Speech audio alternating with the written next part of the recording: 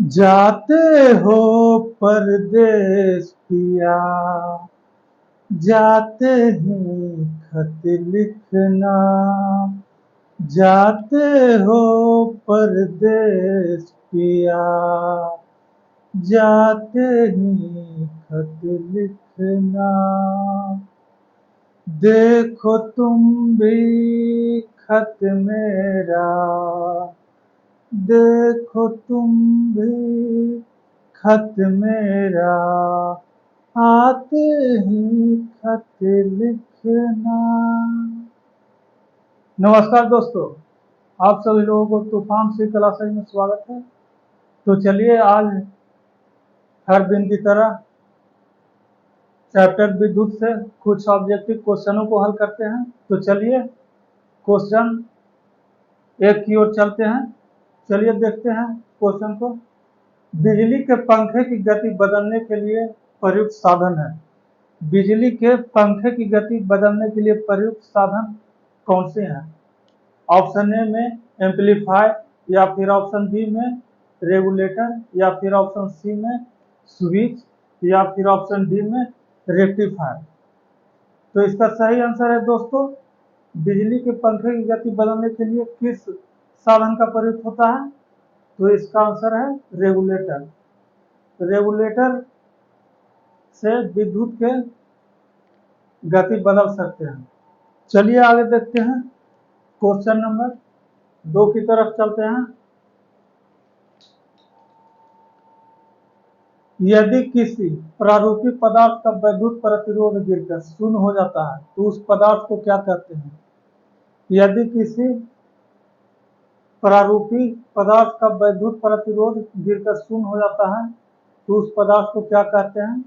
Option A में अतिचालक, या फिर ऑप्शन बी में अर्धचालक, या फिर ऑप्शन सी में चालक, या फिर ऑप्शन डी में रोधी।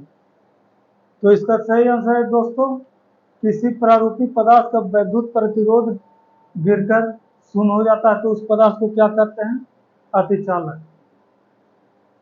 अर्धचालक वैसे पदार्थ हैं, अर्थात चालक और अर्धचालक के बीच जो पदार्थ होते हैं उसे अर्धचालक कहते हैं। जैसे अर्धचालक का उदाहरण है सिलिकॉन है, कार्बन और सिलेनियम इत्यादि है। चालक पदार्थ वैसे पदार्थ जिनसे विद्युत धारा समान गति से प्रवाहित होते हैं, चालक पदार्थ होता है। सबसे अच्छा चालक पदार्थ है चांदी। चलिए आगे क्वेश्चन 3 की ओर चलते हैं। यदि किसी प्रतिरोध तार को लंबा किया जाए तो उसका प्रतिरोध क्या होता है? यदि किसी प्रतिरोधक तार को लंबा किया जाए तो उसका प्रतिरोध पर क्या फर्क पड़ता है?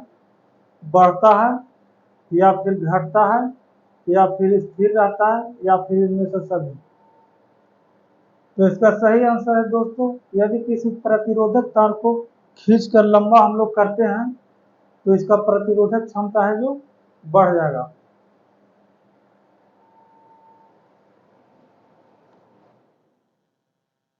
और यदि किसी प्रतिरोधक तार को मोटाई है जो बढ़ाते हैं तो इसका प्रतिरोधक क्षमता घटेगा।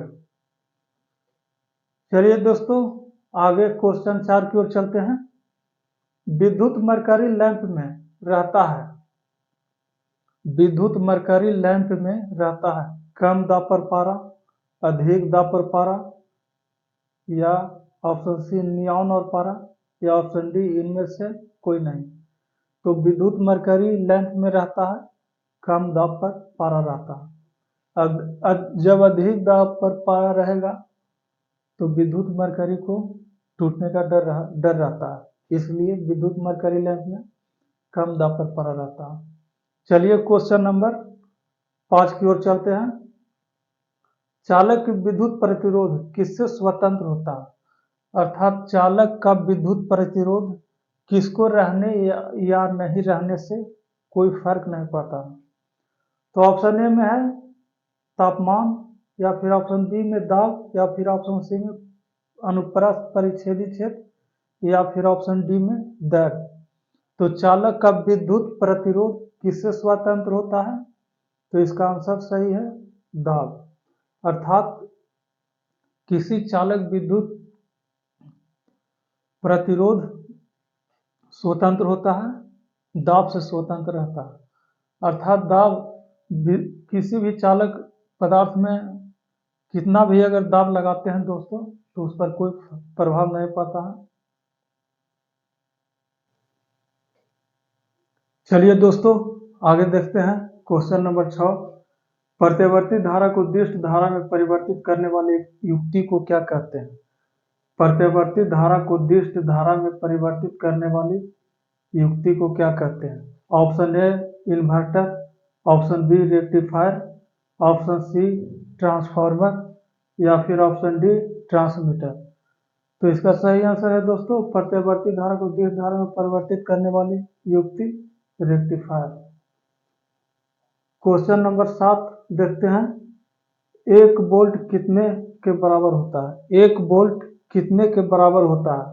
1 जूल, ऑप्शन बी 1 जूल प्रति कूलम या फिर ऑप्शन सी 1 न्यूटन प्रति कूलम या फिर ऑप्शन डी 1 जूल प्रति न्यूटन। तो इसका सही आंसर है दोस्तों 1 वोल्ट बराबर 1 जूल प्रति कूलम होता है। आगे क्वेश्चन देखते हैं, क्वेश्चन 8 की ओर चलते हैं। एक धारावाही चालक संबंधित है। एक धारावाही चालक किससे संबंधित है? ऑप्शन ए चुंबकीय क्षेत्र से या फिर ऑप्शन बी विद्युत क्षेत्र से या फिर ऑप्शन सी विद्युत चुंबकीय क्षेत्र से या फिर ऑप्शन डी स्थिर वैद्युत क्षेत्र से। तो एक धारावाही चालक संबंधित है दोस्तों विद्युत चुंबकीय क्षेत्र से संबंधित है। चलिए आप क्वेश्चन 9 देखते हैं। कौन सा उपकरण विद्युत प्रतिरोध को मापता है? कौन सा उपकरण है जो विद्युत प्रतिरोध को मापता है? ऑप्शन ए में एमीटर या फिर ऑप्शन बी पोटेंशियोमीटर या फिर ऑप्शन सी वोल्टमीटर या फिर ऑप्शन डी ओम मीटर। तो विद्युत प्रतिरोध को मापने वाला यंत्र है दोस्तों ओम मीटर। सही आंसर है हमारा। चलिए क्वेश्चन 10 की ओर। 1 किलोवाट घंटा का मान होता है। 1 किलोवाट घंटा का मान कितना होता है? ऑप्शन ए 3.6 गुणे 10 के पावर 6 जूल या फिर ऑप्शन बी 3.6 गुणे 10 के पावर 3 जूल या फिर ऑप्शन सी 100 जूल या फिर ऑप्शन डी 10 जूल। तो इसका सही आंसर है दोस्तों 1 किलोवाट घंटा का मान होता है 3.6 गुने 10 के पावर 6 जूल। हमारे वीडियो देखने के लिए बहुत बहुत धन्यवाद दोस्तों। अगर वीडियो पसंद आया हो तो वीडियो को लाइक करें, शेयर करें, सब्सक्राइब करें और साथ में कमेंट भी करें। तो चलिए दोस्तों फिर अगले वीडियो में मिलते हैं।